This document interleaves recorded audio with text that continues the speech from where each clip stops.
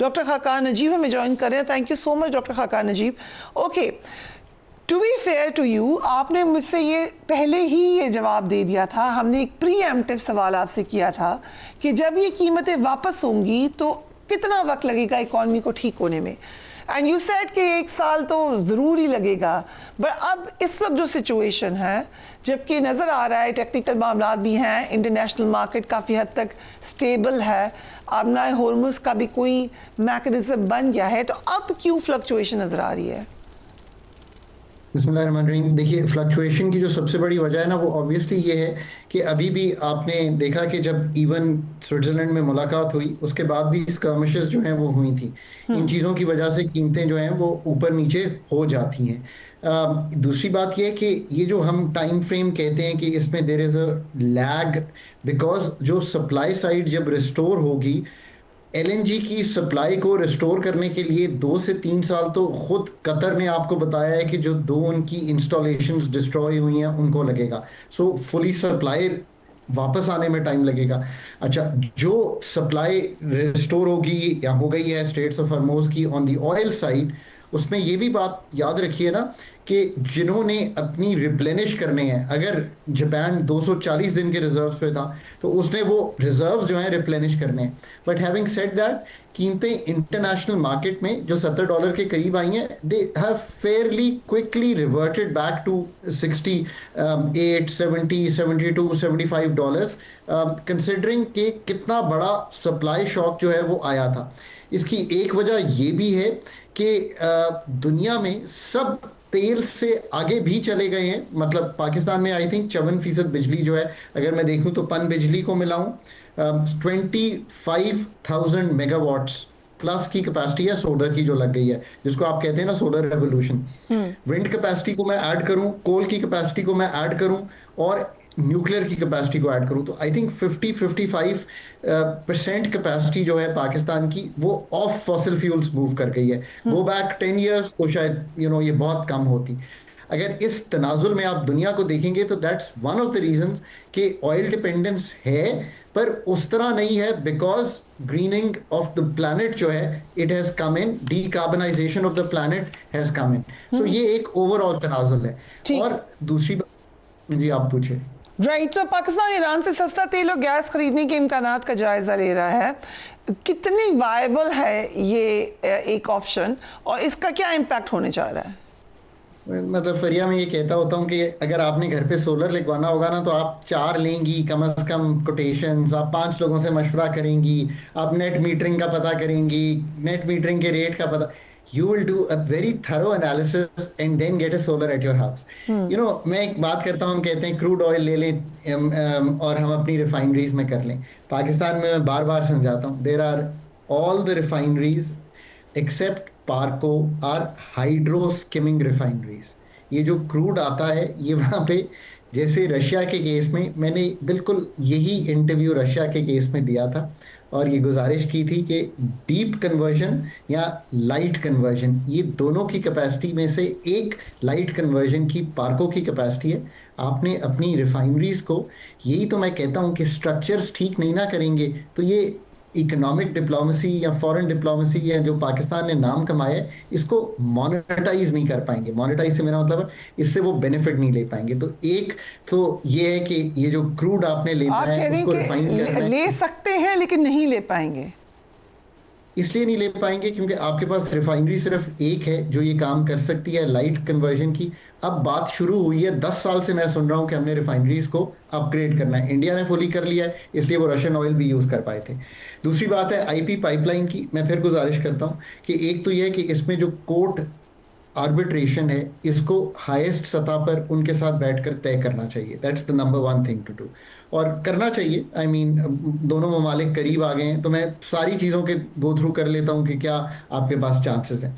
इसको आपस में आर्बिट्रेशन से निकलना चाहिए और फिर देखना पड़ेगा पाकिस्तान साइड को, पाकिस्तान अथॉरिटीज़ को कि प्राइस एनवायरनमेंट क्या है, इसकी वाइबिलिटी क्या है। क्योंकि अब लोकल ब्लॉक से भी तो हमने पाइपलाइन से बेहतर गैस निकालनी है ना, सुई के बाद कोई बड़ी डिस्कवरी क्यों नहीं की?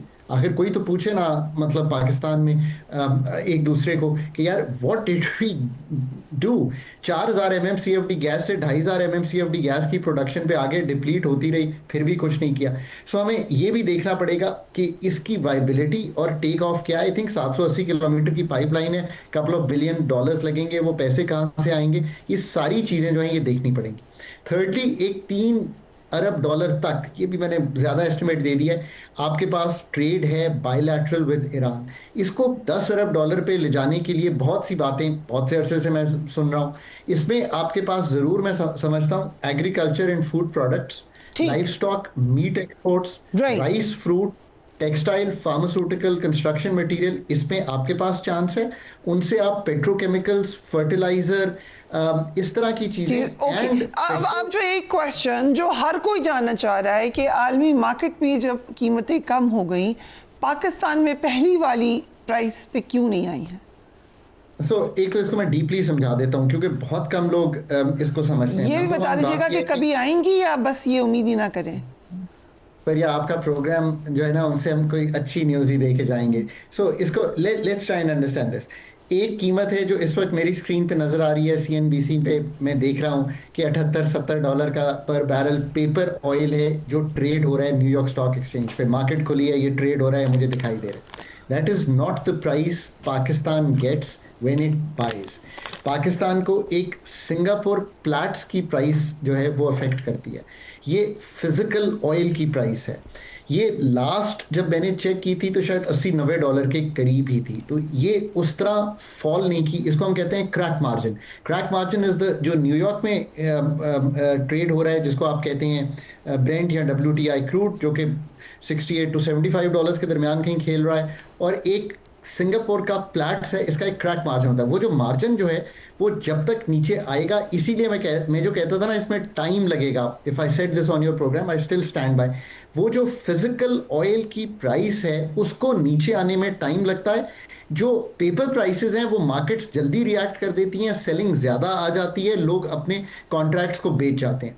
इसको नीचे आ जाएगी, इसमें वक्त लगेगा। बट दूसरी तरफ आपने 2 और चीजें की हैं, सो वो भी मेंशन कर लें। आपने कहा है कि 2.5 रुपए की कार्बन लेवी 5 रुपए कर दी गई है, सो 2.5 रुपए तो यहां बढ़ गए 1 जुलाई से। आपने कहा है कि जो हमारा 1468 अरब 1468 बिलियन की कलेक्शन है पेट्रोलियम लेवी की, इसको अगले साल 1770 अरब करना है। फरिया साहिबा, आपने खुद डिसाइड किया कि 200 अरब ज्यादा कमाने हैं। अगर 200 अरब ज्यादा पेट्रोल से ही निकालने हैं, डीजल से ही निकालने हैं, तो ये लेवी भी तो बढ़नी पड़ेगी ना।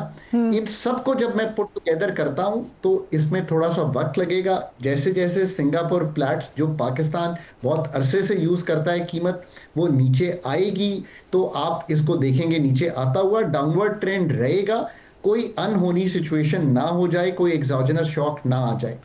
इसकी सारी उससे सूरत हाल से मैं आखिर में फिर ये कहता हूं कि हमें ये सीखना चाहिए। मैंने कल एक बड़ा डिटेल्ड मैं लिख रहा था कि पाकिस्तान का जो पेट्रोलियम सेक्टर है ना, उसमें बहुत काम होने वाला है। मसलन हमने रिफाइनरी मार्जिन्स की बात की, बिल्कुल की। आपको इसको देखना पड़ेगा ना कि ये जो रिफाइनरी मार्जिन्स हैं, जो हमने रिफाइनरीज को ठीक करना है, ये कैसे करना है। हमने डीरेगुलेट मार्केट को करना है, ये कैसे जिसमें ये कहूँ कि जो स्ट्रक्चर्स के काम होने वाले हैं ना रिफाइनरीज में, जो स्ट्रक्चर्स के काम डीरेगुलेशन वाले होने वाले हैं, जो मार्केट की ओपनिंग होने वाली है, जो स्ट्रेटेजिक रिजर्व्स हैं, These are the structural works. Okay. अगर ये सब नहीं करेंगे ना तो नेक्स्ट शॉक जब भी आएगा तो फिर आप मुझे यही पूछ रही होंगी कि फिर शॉक आ गया डॉक्टर साहब, हुआ तो कुछ भी नहीं। ओके, एंड आई नो क्या एक और सेक्टर एनर्जी के बारे में भी आप ये मुसलसल कहते रहे कि दोबारा रिवैम्प करें, लेट्स स्टार्ट अगेन, लेकिन लोड शेडिंग क्यों हो रही है पाकिस्तान में? हमें तो यही पता चला है कि बिजली जरूरत से ज्यादा बन रही है, कोई इस्तेमाल नहीं कर रहा, तो अब क्यों लोड शेडिंग हो रही है? सो आई एम रियली ग्लैड कि आपको ये याद है कि मैं एनर्जी पे कहता था कि इसको, सो मैं जो वर्ड यूज करता हूँ सो दैट अब हम अपनी मेमोरी में इनग्रेन कर लें। ये रिफॉर्म नहीं मानता, ये तंजीम नौ मानता है।